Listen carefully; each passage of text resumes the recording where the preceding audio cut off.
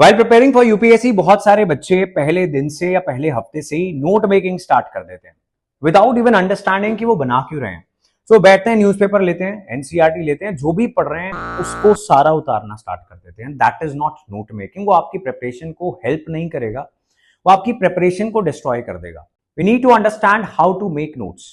उसके लिए हमें ये जानना है why to make notes. Now देखो, बेसिक ऑब्जेक्टिव क्या है नोट मेकिंग का? It is to make our revision easy.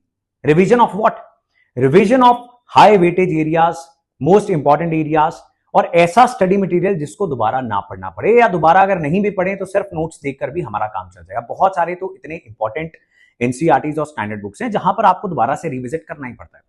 और अगर आप स्टार्टिंग में ही नोट मेकिंग स्टार्ट कर लो without even understanding the demand of the exam, तो आपने सिलेबस नहीं देखा, आपने प्रीवियस ईयर क्वेश्चंस नहीं देखे, आपको पता नहीं चल रहा है कि न्यूज़पेपर में कौन सा एडिटोरियल, कौन सा आर्टिकल और कौन सी न्यूज रिपोर्ट आपको प्रीलिम्स, मेंस या इंटरव्यू में हेल्प करेगी और कौन सी आपको पढ़नी ही नहीं थी। आप गलत नोट मेकिंग कर लोगे तो आपका जो पहला इनिशियल फेज होता है प्रिपरेशन में, when you are very energetic, you are ready to do anything, सबसे इंपॉर्टेंट टाइम वेस्ट कर लोगे। सो नोट मेकिंग हमेशा करनी है, ये सबसे बड़ा मिथ है।